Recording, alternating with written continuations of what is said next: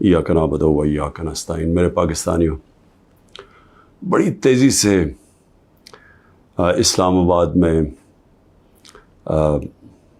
عدالت میں میرا توشہ خانہ کا کیس چل رہا ہے۔ ہمایوں دلاور صاحب پریزائڈ کر رہے ہیں اس میں،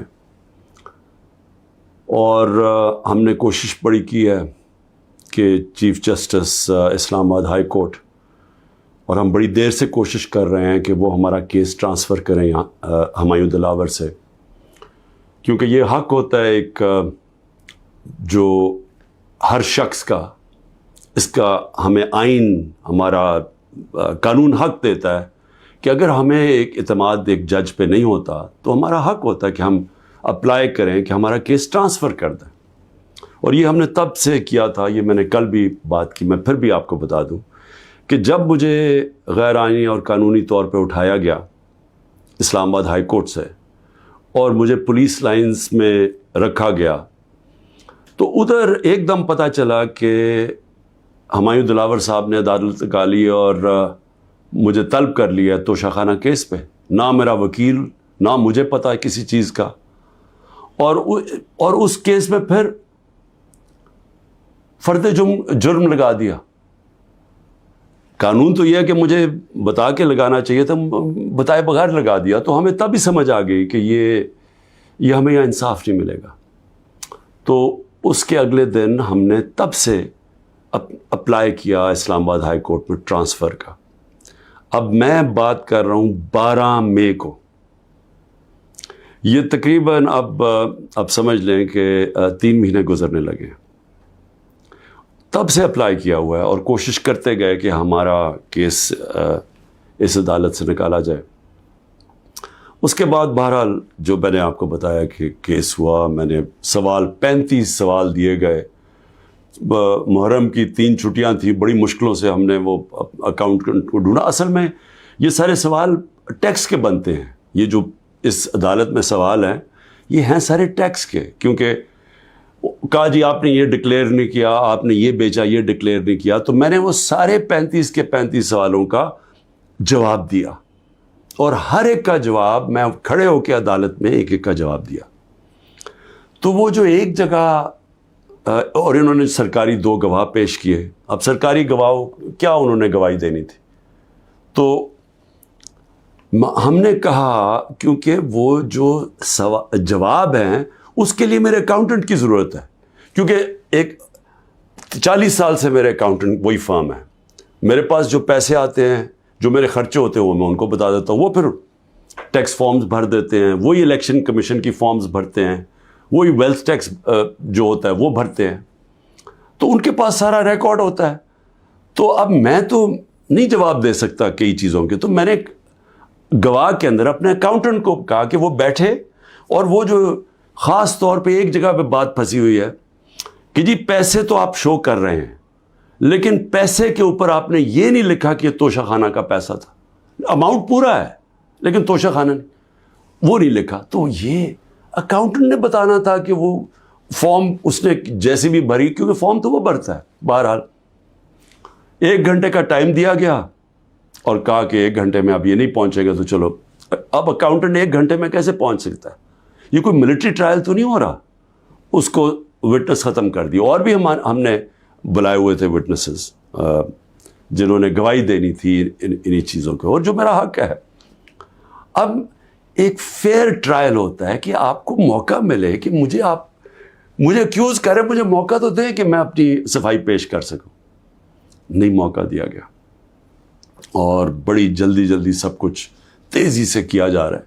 چھٹیوں میں کبھی ٹرائل نہیں ہوتا، یہ آج کل عدالتوں کی چھٹیاں ہیں، چھٹیوں کے another day to day trial ہو رہا ہے، جلدی پڑی ہوئی ہے کہ کسی طرح یہ بس جلدی سے ختم ہو جائے، موقع بھی نہیں دے رہا ہے۔ 1 دن کیا ہو جائے گا کہ 1 دن ڈیلے ہو گیا، 2 دن ڈیلے ہو گیا، کون سی قیامت آ گئی؟ وٹنسز آئے، ہم تو مطمئن ہو جائیں کہ ہم نے اپنا کیس پوری طرح لڑا ہے۔ لیکن چھٹیوں کے اندر بھی جلدی پڑی ہوئی ہے کہ کسی طرح فیصلہ آئے، حالانکہ ہم سپریم کورٹ میں بھی ہیں، اور اسلام آباد ہائی کورٹ سے مجھے کہنا پڑتا ہے کہ میں کافی مایوس ہوں کہ وہ نہ فیصلہ کرتے ہیں، وہ کھینچتے بھی جاتے ہیں، وہ پورا موقع دے رہے ہیں کہ یہ جب فیصلہ آ جائے، یعنی اگر ہم نے ٹرانسفر کا اتنی دیر اپلائی کیا ہوا ہے تو کم از کم فیصلہ تو کریں، تو کرتے بھی نہیں ہیں. بہرحال وہاں بھی ان کو بھی میں نے کہا، بڑی دیر کا کہا ہوا ہے کہ ہمیں چیف جسٹس اسلام آباد ہائی کورٹ پہ مجھے کوئی اعتماد نہیں ہے. جب مجھے اٹھایا گیا وہاں سے، آپ سوچیں کہ مجھے غیر قانونی اور آئینی طور پہ اٹھایا گیا ان کی عدالت سے، اور انہوں نے اس کو لیگلائز کر دیا. یعنی اصل میں تو ان کو اللیگل کرنا چاہیے تھا. سپریم کورٹ کو تو جانے کی نوبت نہیں ہونی چاہیے تھی. ان کی عدالت میں بیٹھا ہوں، شیشے توڑ کے، ڈنڈے مار کے، وکیلوں کو مار کے، وہ بیچارہ رجسٹری سٹاف ان کو ڈنڈے مار کے، اور مجھے گھسیٹ کے لے گئے وہاں سے ان کی عدالت سے. اور چیف جسٹس نے کچھ بھی نہیں کیا، بلکہ اس کو جائز قرار دے دیا گیا. اس کے بعد جو اس سے پہلے ٹرین کیس تھا، 3 ممبر بینچ بیٹھا، دو ججز نے واضح طور پہ کہہ دیا کہ مینٹینیبل ہے کیس. چیف جسٹس صاحب فیصلہ نہیں کر رہے، وہ بھی لٹکائے ہوا ہے وہاں. اور ہمیں اعظم سواتی کو بہت اعتراضات تھے. انہوں نے لیٹر لکھا کہ مجھے اعتماد نہیں ہے آپ کے اوپر.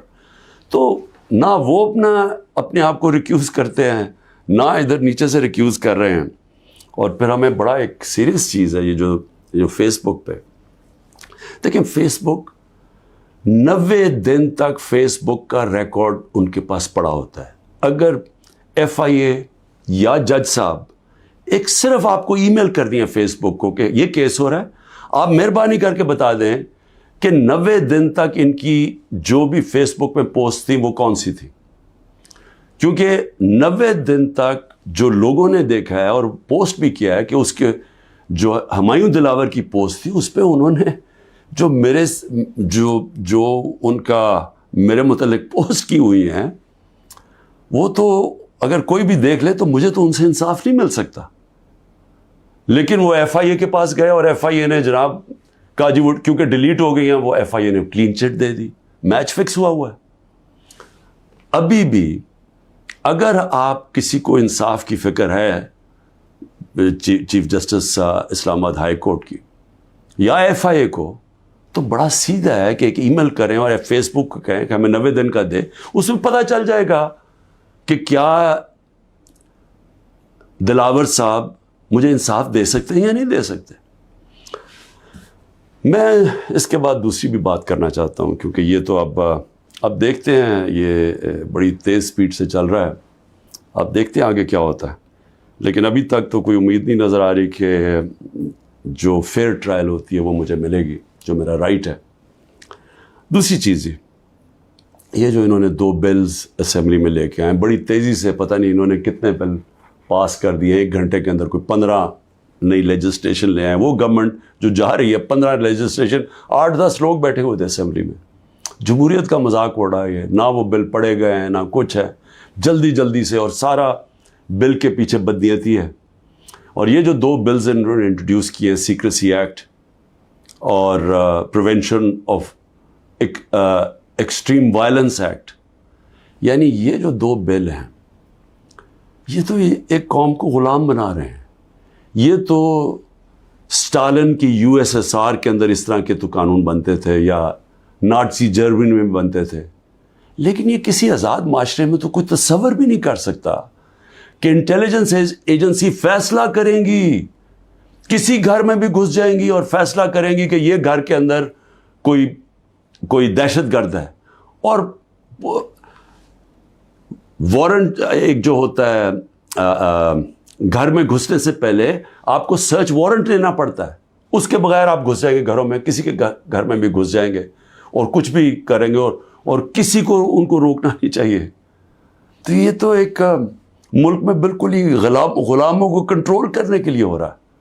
پھر سیکریسی ہے، ایک اور ایکٹ لے آئے ہیں کہ آپ کسی بھی اگر کوئی انٹیلیجنس ایجنسیز کا کوئی آدمی ہے، اس کا آپ نام بھی نہیں لے سکتے. اگر آپ نے نام لے لیا تو وہ آپ کوئی اسٹیٹ سے غداری کر دیں گے، سیڈیشن ہے وہ.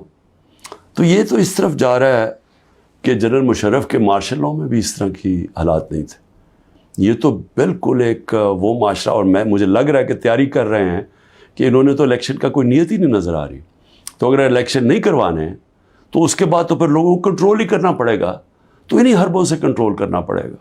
اور مجھے جو خوف آ رہا ہے، میں آخر میں صرف یہ بات کرنا چاہتا ہوں کہ اس وقت جو پختونخوا ہے اس کی ہمیں فکر کرنی چاہیے، کیونکہ ان کی کوئی اپنی الیکٹڈ گورنمنٹ نہیں ہے اس وقت. ان لوگوں کو اوپر مسلط کر دیا ہے جن کی کوئی قانونی حیثیت نہیں ہے، اور وہ جو وہاں کر رہے ہیں، جس طرح کی کرپشن ہو رہی ہے اور جس طرح کا وہاں وہ صوبہ آہستہ آہستہ وہاں دہشت گردی بڑھتی جا رہی ہے، لا قانونیت بڑھتی جا رہی ہے، تو وہ تو لوگوں کو پہلے ہی نوجوان وہاں سارے قبائلی علاقے کا جو جس طرح کی تباہی مچی تھی، جس طرح کی قتل و غارت ہوئی ہے قبائلی علاقے میں، ڈرون اٹیک سے، ملٹری آپریشنز، اوپر سے طالبان ایک طرف، وہ دوسری طرف فوج، تو وہ جو لوگوں سے ہوا، جس طرح کی تباہی مچی وہاں، تو وہ تو اسی سے ابھی نکل رہے ہیں. تو اگر یہ اسی طرف چلا گیا پھر سے، تو مجھے تو سمجھ نہیں آ رہی کہ کیا جو اس وقت فیصلے کر رہے ہیں اس ملک کے، کیا ان کو اندازہ ہے کہ نیچے گراؤنڈ کے اوپر کس طرح کا غصہ اٹھ رہا ہے؟ کیا اندازہ ہے کہ جب وہ پولیس لائنز کے اندر جب 100 پولیس والے شہید ہوئے تھے، پتہ ہے نیچے سے کیا آوازیں آ رہی تھیں؟ اور اب جو بجوڑ میں ہوا اس کے اوپر سارے پختونخوا کے اندر کس طرح کا غصہ گیا ہے؟ کیا کسی کو اندازہ ہے کہ یہ کس طرف جا سکتا ہے؟ اور میں اس لیے کہہ رہا ہوں کہ بہت ضروری ہے، ایک ہی طریقہ ہے کہ یہ جو نیچے گراؤنڈ کے اوپر غصہ ہے یہ تب نکلتا ہے جب الیکشنز کرواتے ہیں. الیکشنز میں لوگوں کا غصہ نکل جاتا ہے، اور پھر ایک جب منتخب گورنمنٹ آتی ہے لوگ امید لگا لیتے ہیں، اور ہوتا کیا ہے کہ وہ جو سارا ٹیمپریچر ہے وہ نیچے آ جاتا ہے، اسٹیبلٹی آ جاتی ہے، استحکام آ جاتا ہے ملک میں. تو یہ جو دوسری طرف ابھی کوششیں ہو رہی ہیں، جو لوگ اس ملک میں جن کا جینا مرنا ہے ان کو خوف آنا شروع ہو گیا.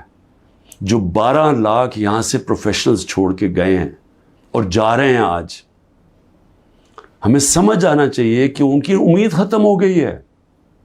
یہ سب سے خطرناک چیز ہے کہ ایک معاشرے میں لوگوں کی امید چلی جائے. تو جس طرف ہم جا رہے ہیں یہاں تو کوئی روشنی نہیں نظر آ رہی، اور اگر انہی لوگوں نے بیٹھے رہنا یا اسی طرح پاکستان میں الیکشنز کے بغیر ایک کنٹرولڈ گورنمنٹ چلانی ہے اور لوگوں کو کنٹرول کر کے چلانا ہے. میں یہ اپنے تجربے سے ایک تاریخ کا ایک طالب علم ہوں، میں آپ کو بتانا چاہتا ہوں جو سیاست میں ایک زیرو سے ایک پارٹی آج سب سے بڑی ماشاءاللہ پاکستان کی پارٹی ہے، جو میرا تجربہ ہے عوام کا، میں آپ کو کہنا چاہتا ہوں کہ یہ پاکستان کو ادھر لے کے جا رہے ہیں. جو لوگ سمجھ رہے ہیں کہ وہ ڈنڈے کے زور سے اس ملک کو کنٹرول کر لیں گے، وہ سمجھتے نہیں ہیں، عوام کی سوچ نہیں سمجھتے، نہ وہ تاریخ جانتے ہیں، نہ وہ پولیٹکس سمجھتے ہیں، اور وہ پاکستان کے لیے بہت بڑا خطرناک اندھیرے کی طرف ہم لے کے جا رہے ہیں. پاکستان زندہ باد.